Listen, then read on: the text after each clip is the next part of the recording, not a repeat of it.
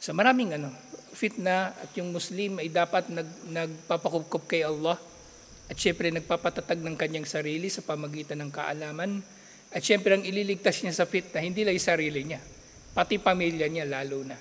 Okay, hindi lang yung iniisip mo na maayos yung kalagayan mo, halimbawa, nangyari minsan sa mga yung mga kapatid natin nasa Saudi Arabia, sabi nila maganda yung buhay dito, nakapagsala sila, nakapag-aral, paano yung pamilya nilang naiiwan sa Pilipinas? Yan ang problema din. Sasabihin nakapag-aral sila, nakapag-umrah, nakapag-hajj, paano yung pamilya nila?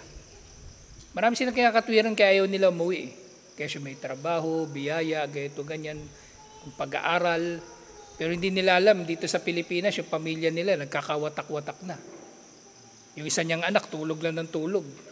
Ayaw pa niyang umuwi. Dapat ililigtas din ng tao yung pamilya niya, hindi lang yung sarili niya.